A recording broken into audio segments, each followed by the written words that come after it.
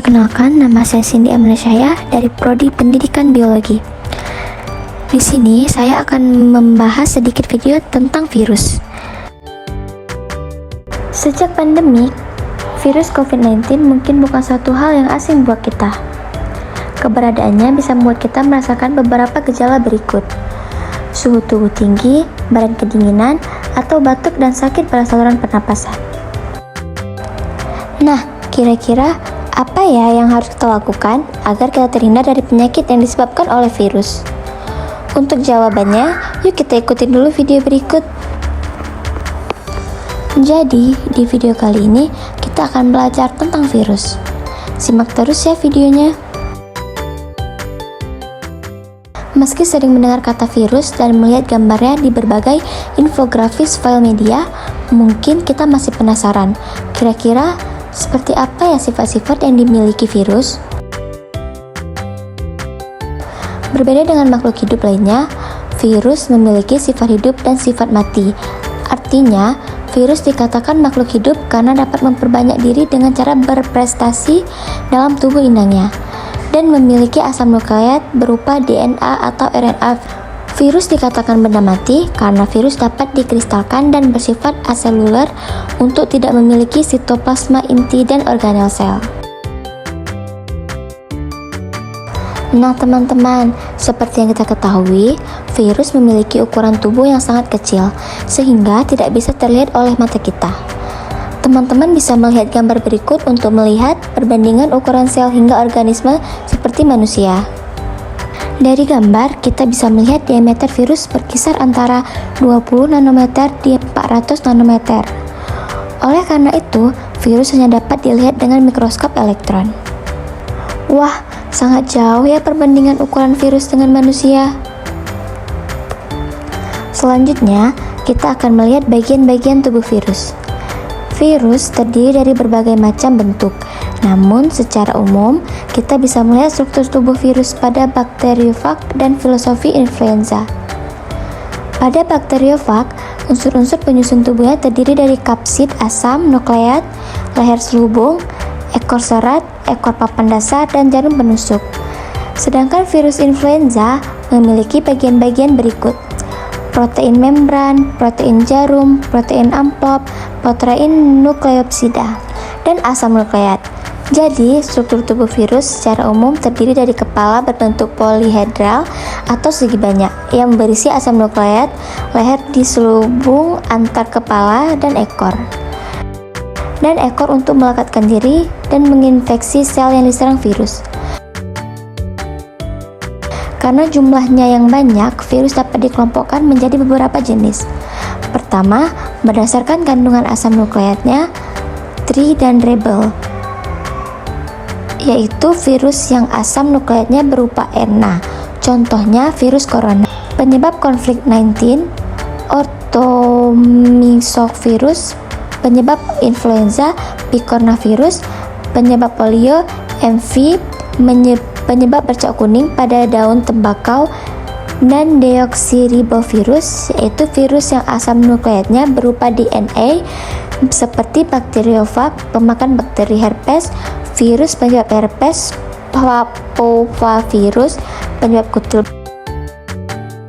Berikutnya, jenis virus berdasarkan bentuk dasarnya dapat dikelompokkan menjadi 4 jenis, yaitu polihedral berbentuk seperti sang yang dibatasi oleh 20 segitiga sama sisi dengan sumber rotasi ganda.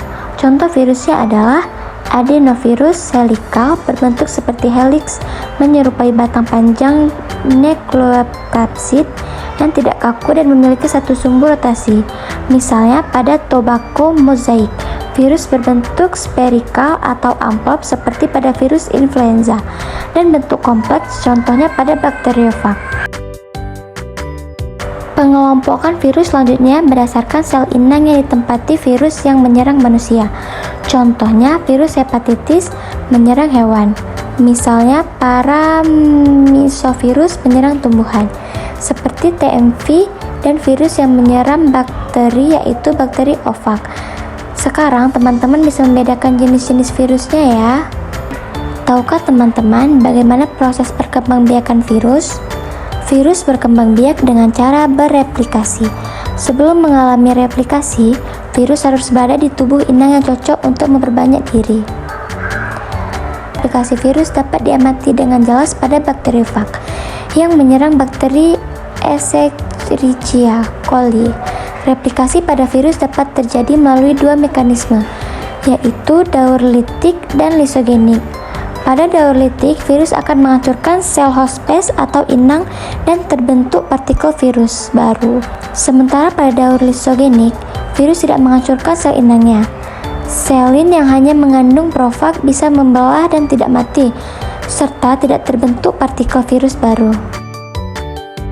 Tahapan-tahapan yang terjadi pada daur litik adalah: pertama, adsorpsi, yaitu melekatnya ekor virus pada dinding sel bakteri. Kedua, penetrasi, masuknya asam nukleat virus ke sel bakteri melalui ujung serabut ekor virus. Ketiga, eklivase virus, mengambil alih perlengkapan metabolik sel bakteri. Berikutnya, pembentukan bagian-bagian tubuh virus baru. Selanjutnya, perakitan terbentuknya virus bakteriofag sudah lengkap. Dan terakhir, lisis, yaitu pecahnya sel bakteri yang mengeluarkan virus-virus baru.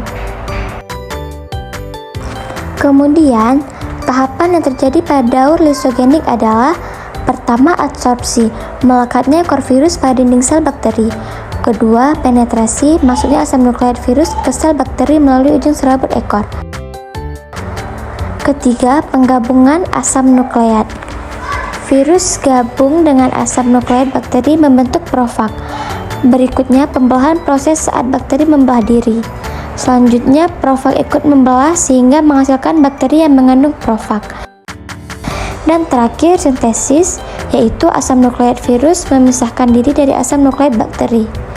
Selanjutnya, asam nukleat virus akan membentuk partikel virus baru, perakitan dan lisis. Nah teman-teman, ternyata tidak semua virus merugikan tubuh kita ya, tetapi sebagian virus dapat memberikan manfaat bagi kehidupan manusia. Virus yang menguntungkan yaitu interferon untuk mencegah replikasi virus pada sel hospes profag, mengubah fenotip bakteri sehingga bermanfaat dalam bidang kedokteran. Vaksin merangsang antibodi untuk mengenali virus, dan peta kromosom mengenali bakteri penyebab penyakit. Sedangkan virus yang merugikan diantaranya Ristungbacilliform atau RTBV, menyerang tanaman padi melalui perantara Wiring Tobacco Mosaic virus. TNV, menimbulkan bercak kuning pada daun tembakau. Paramisovirus, menyerang saraf unggah. Virus Coxsackie, menyerang kuku dan mulut hewan reptil. Virus menyebabkan rabies pada anjing, kera, dan manusia. Orthomisovirus, menyerang saluran pernapasan manusia. Varicella zoster, penyebab cacar air. Dan human immunodeficiency, penyebab penyakit AIDS. Setelah mempelajari semua tentang virus dan peranannya, kita dapat melakukan pencegahan dengan cara vaksinasi, menerapkan pola hidup sehat, dan tidak melakukan kontak cairan dengan orang atau hewan yang terjangkit virus. Oke teman-teman, di video kali ini kita sudah belajar semua hal tentang virus, mulai dari ciri-ciri virus sebagai benda mati dan juga sebagai makhluk hidup. Proses replikasi virus dengan dua cara, yaitu daur litik dan lisogenilitik, dan lisogenik, serta peranan virus dalam kehidupan kita. Bisa menguntungkan khususnya di dunia kedokteran dan dapat merugikan jika menyerang sel tubuh kita. Dan kita tentu bisa melakukan pencegahan serangan virus dengan menerapkan pola hidup sehat. Semoga bisa dipahami dan diterapkan ya. Demikian pembahasan kita tentang virus. Jangan lupa nonton terus video-video terbaru di channel kita. Sampai jumpa.